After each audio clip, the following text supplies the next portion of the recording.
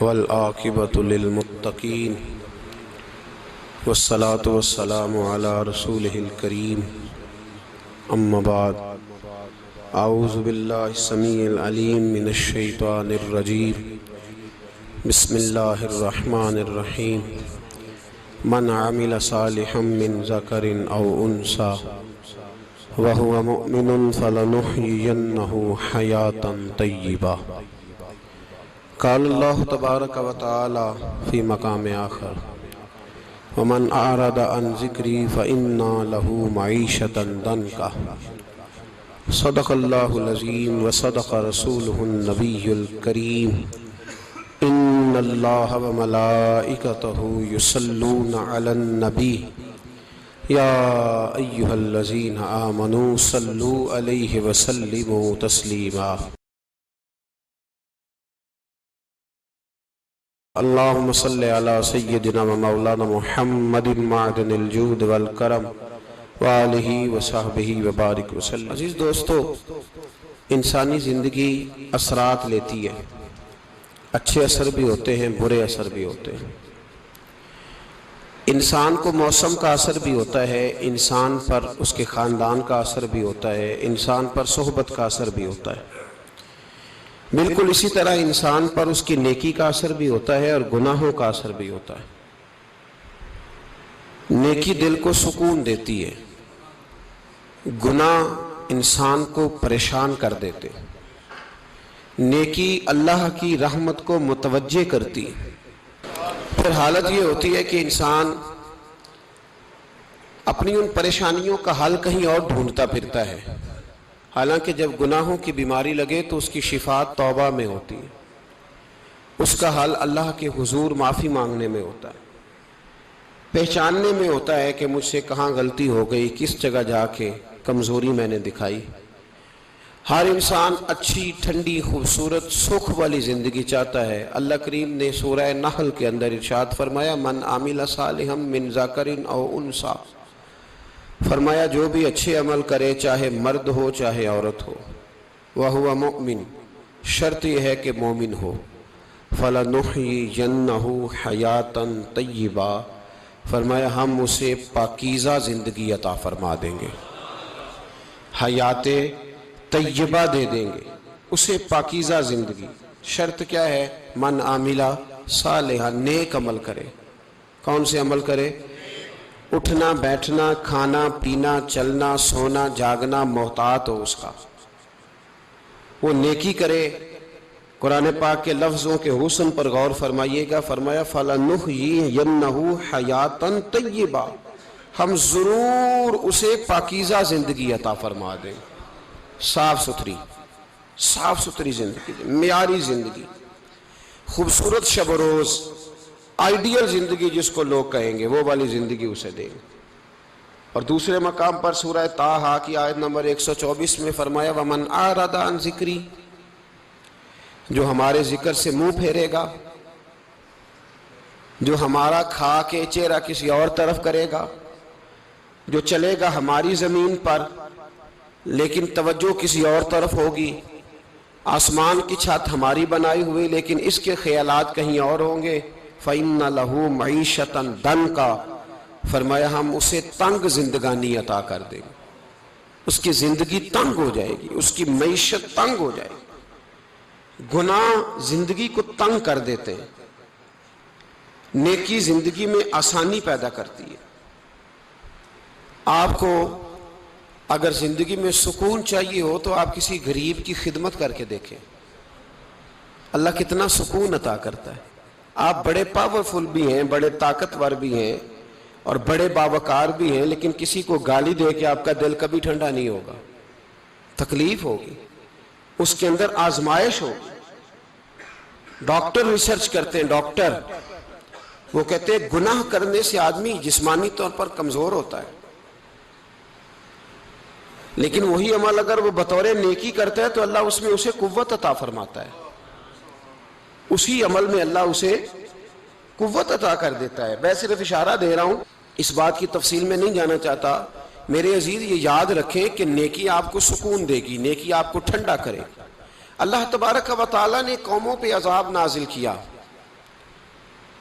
اور قرآن مجید فرقان حمید نے ان قوموں کے تذکرے بیان فرمائے. بھائی کس لیے بیان کیے؟ کہ ہم عبرت حاصل کریں، ہم یہ غور کر لیں کہ یہ کام ہم نے نہیں کرنا، اس کام سے ہم نے بچنا ہے، ہم نے غور کرنا ہے کہ یہ چیز ہمارے اندر. لوگ کہتے ہیں نہیں جی نہیں، ہم پہ یہ عذاب نہیں آئے گا، بالکل نہیں آئے گا، اس میں شک نہیں. پر اللہ نے بیان کس لیے کیا تھا؟ بیان کیا قرآن مجید معاذ اللہ کسی ایسی چیز کا بیان کرتا ہے جس کی ضرورت نہ ہو؟ قرآن پاک نے ایک ایک حرف ایسا بیان کیا جس کی مسلمان کو ضرورت تھی. قوم نوح کا ذکر فرمایا قرآن پاک نے. حضرت نوح علیہ السلام کی قوم کو حضرت نوح علیہ السلام نے 1500 سال سمجھایا ہے.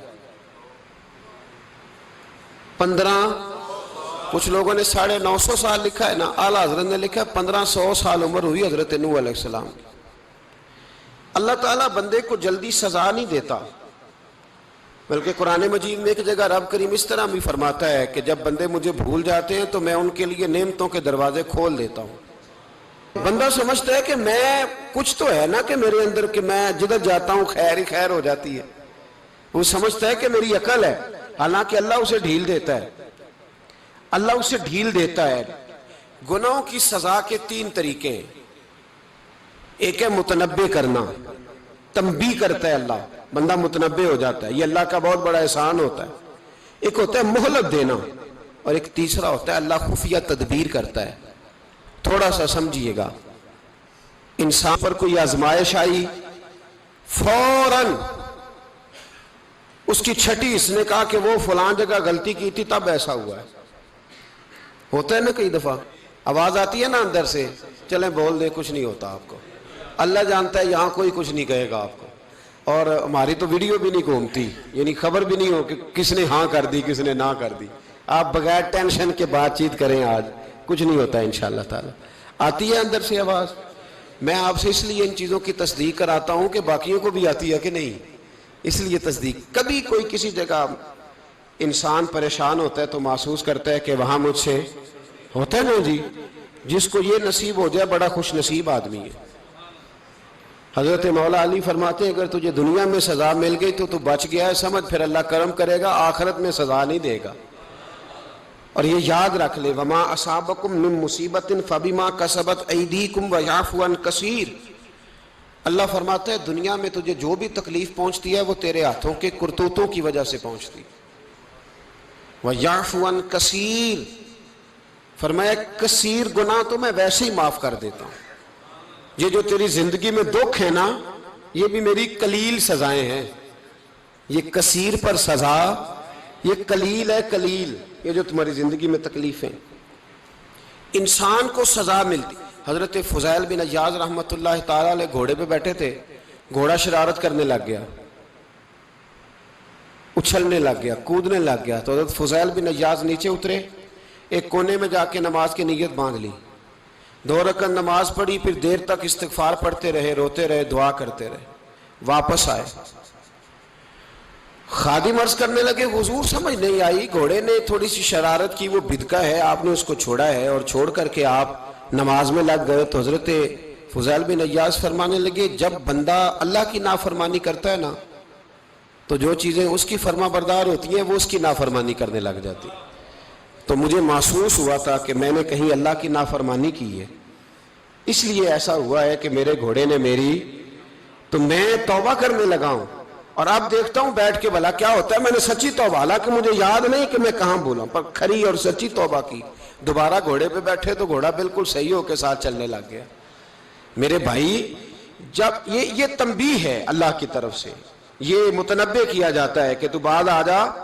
بہت ساری جگہوں پہ انسان کو وقتی طور پر اگر سزا مل جائے، نبی پاک علیہ السلام کی خدمت میں ایک صحابی آئے، بات مضبوط کر دوں، واقعہ سنایا ہے نا تو کچھ لوگ سمجھتے ہیں کہ یہ واقعہ ہے، تو میں ایک حدیث پاک امام بہقی کی لکھی ہوئی عرض کرتا ہوں. نبی پاک علیہ السلام کے ایک صحابی آئے اور ان کا سر پھٹا ہوا تھا، خون بہ رہا تھا. سرکار نے فرمایا کیا ہوا؟ عرض کی حضور ایک عورت جا رہی تھی، میری نظر پڑی، ابھی نظر پڑی ہے کہ میرے آگے ستون آ گیا تو میرے سر پہ لگ گیا. نبی پاک صلی اللہ علیہ وسلم نے فرمایا تیرے لیے خوشخبری ہے، اگر دنیا میں تیری غلطی کی تجھے سزا ملی ہے تو پھر رب تجھے قیامت میں سزا نہیں دے گا، پھر اللہ قیامت میں سزا بعض گناہ ایسے ہیں جن کی یہاں بھی سزا ملے گی اور وہاں بھی ملے، لیکن میرے بھائی پہلی بات یہ ہے کہ اللہ تعالیٰ اس غلطی کی یہی سزا دے لے، اور دعا فرمائے اللہ تبارک و تعالیٰ یہاں بھی معافی عطا فرمائے وہاں بھی معافی عطا فرمائے، اللہ درگزر ہی فرمائے۔ لیکن میرے بھائی ایک تو یہ سزا، ایک سزا یہ ہوتی ہے کہ انسان جب گناہ کرنے لگتا ہے تو اللہ نعمتوں کے دروازے کھولتا ہے، مہلت دیتا ہے۔ 500 سال تک فرعون کو مہلت دی، کتنے؟ یہاں جو 5 سال حکومت کر لیتا ہے وہ کہتا ہے سب سے قابل میں ہی ہوں، مجھے مہلت جو ملی ہوئی ہے۔ 500 سال مہلت دی اللہ تعالیٰ نے، اور فرعون کی قوم پر پتہ عذاب کس طرح کے آئے تھے؟ ٹڈیاں مسلط کر دی اللہ نے۔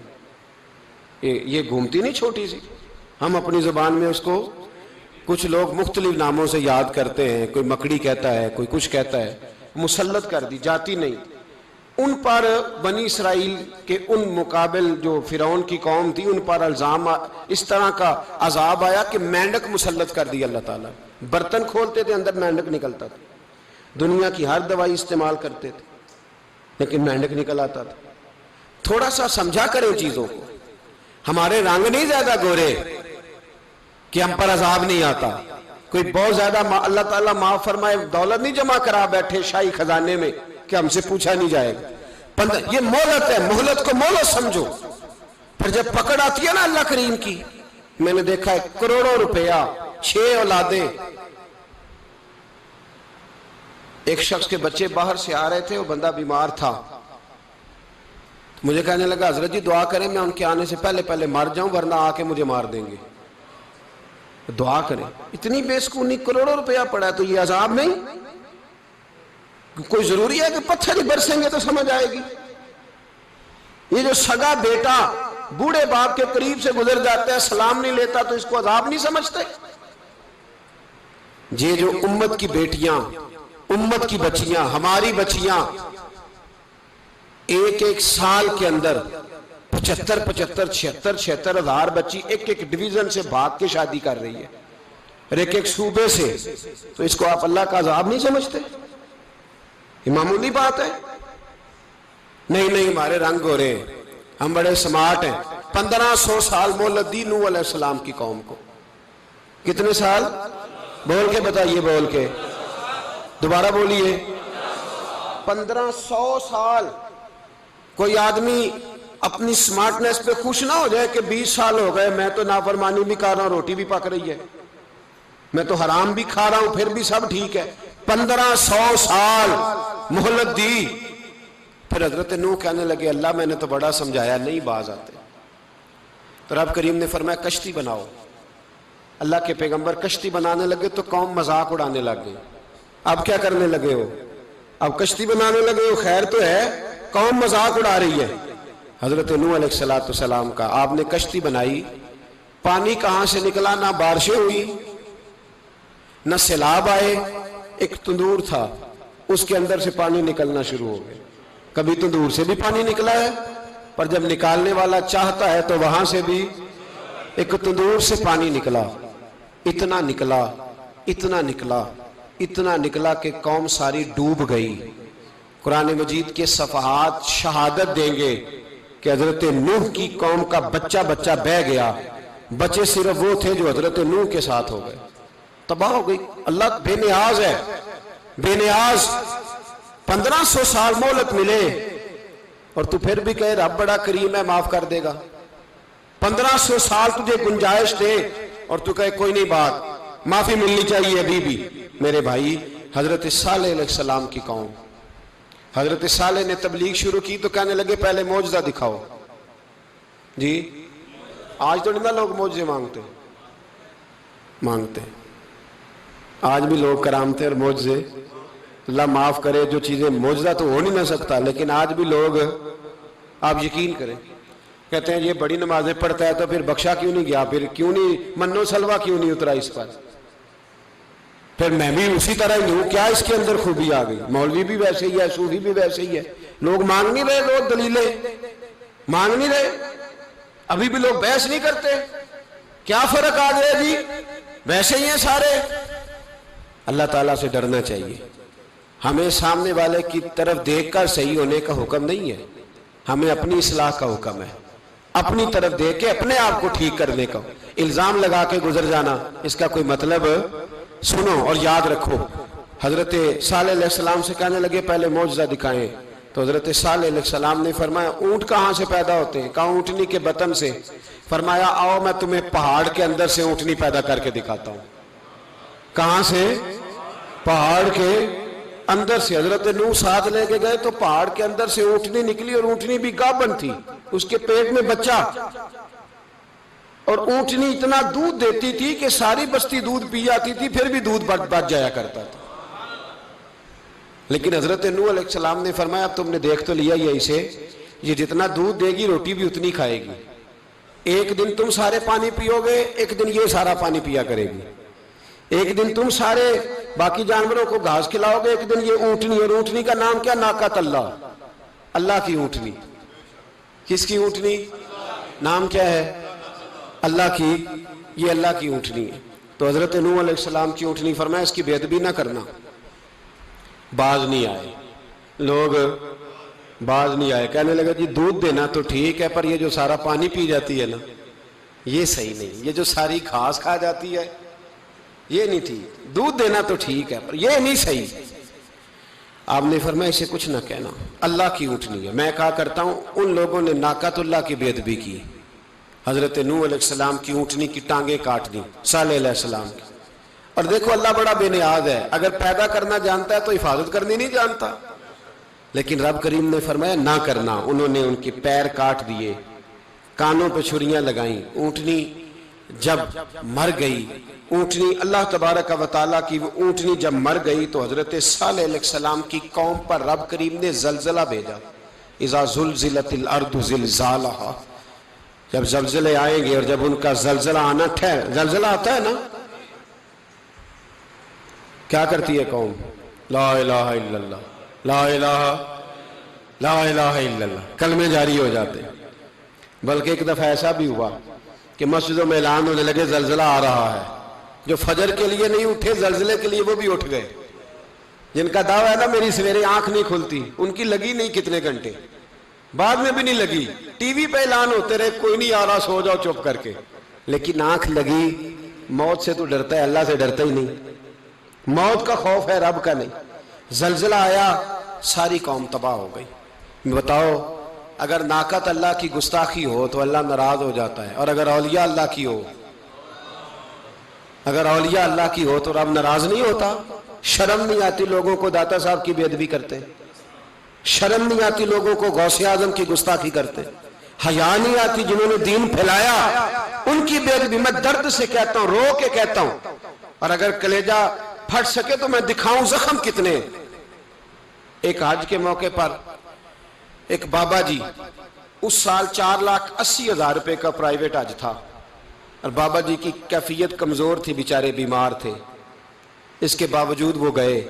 بوڑھے آدمی، جا کے بیٹھیے، بزرگ، اور کتنی مشکل ہے وہاں منا، مزدلفہ، عرفات، طواف زیارت، کتنا مشکل کام ہے طواف زیارت کرنا، طواف وداع کرنا۔ کس کٹھن سے حج کیا، بڑھاپے میں پیسے بھی لگائے، اور جب وہ روضہ رسول پہ گئے صلی اللہ، اور انہوں نے جا کے نبی پاک صلی اللہ علیہ وسلم کے روضے کی طرف منہ کر کے درود شریف پڑھا تو ایک ملا نے اٹھ کے کہہ دیا تو تو مشرک ہے۔ تو میری روح کانپی، میں نے کہا تجھے شرم نہیں آئی، حیا نہیں آئی؟ اس کی عمر دیکھ، کس بڑھاپے میں کہاں سے چلا، کہاں آیا۔ یہ مشرک ہوتا تو کسی مندر میں جاتا، یہ مشرک ہوتا تو کسی گرجے میں جاتا، یہ مشرک نہیں، یہ مومن ہے، اور یہ وہ والا مومن ہے جس کے سینے میں دل جب دھڑکتا ہے تو خالی دھڑکتا نہیں، ساتھ وہ محمد عربی پہ درود و سلام بھی پڑھتا ہے۔ شرم نہیں آتی لوگوں کو؟ اتنی بڑی گستاخی کرتے، جو روضہ رسول پہ آیا مشرک ہے۔ میں نے تو ایک مولوی کو صاف صاف کہا تھا، میں نے کہا اگر میں مشرک ہوں تو نکالو، مشرک کا داخلہ تو یہاں ویسے ہی منع ہے۔ شرم نہیں آتی؟ اپنی زبان کا ایک پاس کرو کچھ۔ اتنا ظلم، اتنی بڑی فرقہ واریت امت میں، اتنا امت کو تقسیم کرتے ہو، تمہیں شرم نہیں آتی؟ جہاں سے اتحاد کا پیغام دینا چاہیے وہاں سے تم لوگوں کو فرقے کا پیغام دیتے ہو، ایک مقصود فرقے کی تبلیغ کرتے ہو۔ خدا رہا تو میں کہہ رہا ہوں ناقت اللہ کی بے ادبی پہ عذاب آتا ہے تو اولیاء اللہ کی بے ادبی پہ نہیں آتا. داتا صاحب ساری زندگی تبلیغ کرتے رہے, ایک آدمی نے اٹھ کے کہہ دیا جناب وہ تو شرک کا اڈا ہے, تو رب کریم ناراض نہیں ہوتا ان باتوں سے؟ ہمیں خیال کرنا چاہیے, اللہ سے ڈرنا چاہیے. ان چیزوں سے عذاب آتا ہے اور آ رہا ہے, اللہ تعالی ہمیں محفوظ فرمائے. اللہ ہمیں اس سے, قوم لوط پہ بھی عذاب آیا, ہم جنس پرستی, مرد مردوں سے بدکاری کرتے. حضرت نوح نے سمجھایا کہ یہ کام درست فطرت کے خلاف ہے, یہ کام درست نہیں. جب انسان یہ کام کرتا ہے تو زمین اور آسمان کانپتے ہیں. اب میں کیسے کھول کے بتاؤں, میرے پاس اعداد و شمار ہیں کہ پاکستان کے اندر اس کام کی کیفیت کیا ہے اور کس طرح کر کے لوگ, میں تو رونا روتا رہتا ہوں داڑھی کا. لوگ کئی دفعہ کہتے ہیں حضرت صاحب پہلے بھی آئے تھے تو داڑھی کی بات, پھر بھی آئے تو داڑھی کی بات. تو میں رونا روتا ہوں, اس لیے روتا ہوں کہ جو کلین شیو نوجوان ہوتا ہے وہ امرد کے حکم میں ہے, اس پر وہی حکم لگتا ہے جو عورت پہ لگتا ہے. اس کے ساتھ مرد کا اٹھنا بیٹھنا اسی طرح ناجائز ہے جس طرح عورت کے ساتھ. حضرت جنید بغدادی رحمت اللہ تعالیٰ علیہ کے سامنے ایک شخص نے کہا وہ کتنا خوبصورت نوجوان جا رہا ہے, تو آپ فرمانے لگے تو حافظ قرآن نہیں؟ کہا ہاں. فرمانے لگے جا اپنے حفظ کی خیر بنا. وہ شخص کہتا ہے میں نے اس بغیر داڑھی والے کلین شیو نوجوان کو بری نظر سے دیکھا, مجھے قرآن پاک ہی بھول گیا, سارا قرآن پاک بھول. اور کتنے سال میں دعائیں کرتا رہا, بیت اللہ کے طواف کرتا رہا, میں یاد بھی کرتا تو نہیں ہوتا. کیسے اب تو ہمارا نعت کہاں بیوٹی پارلر سے ہو کے آتا ہے, ہم کسی اور کو کیا پیغام دیں. وہ پیغام, وہ نظام, وہ طریقہ کار جس کا حکم تھا شریعت میں, قوم لوط پر عذاب آیا. صحیح بیٹھتے ہوں گے بچے جو موٹر سائیکلوں پہ بیٹھتے ہیں. میں نے گجرانوالہ کی سڑکوں پہ بچوں کو, نوجوانوں کو جو تماشے کرتے سرے عام دیکھا ہے تو مجھے ڈر لگتا ہے. اور کوئی روکنے والا نہیں, شغل ہو رہا ہے, ہنس رہے ہیں, اور سامنے عورتیں بھی ہیں, سب ہو رہا ہے. کتنی تکلیف کی بات. حضرت نوح کی قوم یہ کام کرتی تھی, قرآن پاک نے بیان کیا ہے. حضرت نوح نے سمجھایا, فرمایا رب کریم نے تمہیں اپنی خواہش پوری کرنے کے لیے جائز طریقہ عطا فرمایا, عورتوں سے نکاح کرو, اور اس نکاح کی برکت سے جو اللہ تمہیں اولاد دے گا اس کو اللہ تبارک و تعالیٰ تمہارے لیے باعث بخشش بھی فرمائے گا.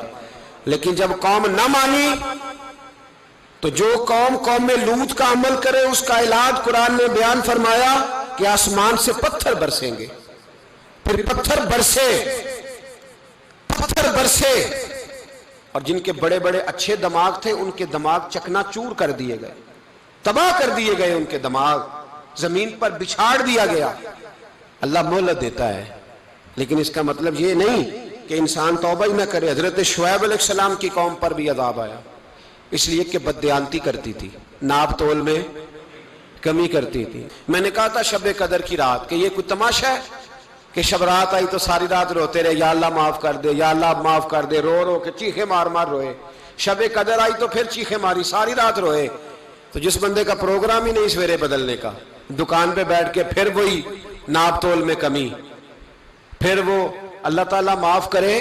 میں ایک مضمون پڑھ رہا تھا تو وہ فوڈ کے اسپیشل لوگ تمہیں لکھا تھا مہربانی کرو ملاوٹ ہی اچھی چیز کی کر لو, مرچ میں کیری تو نہ ملاؤ اینٹوں کی, وہ تو بیمار کرتی ہے, وہ تو خون کی آنتوں کو روک دیتی ہے.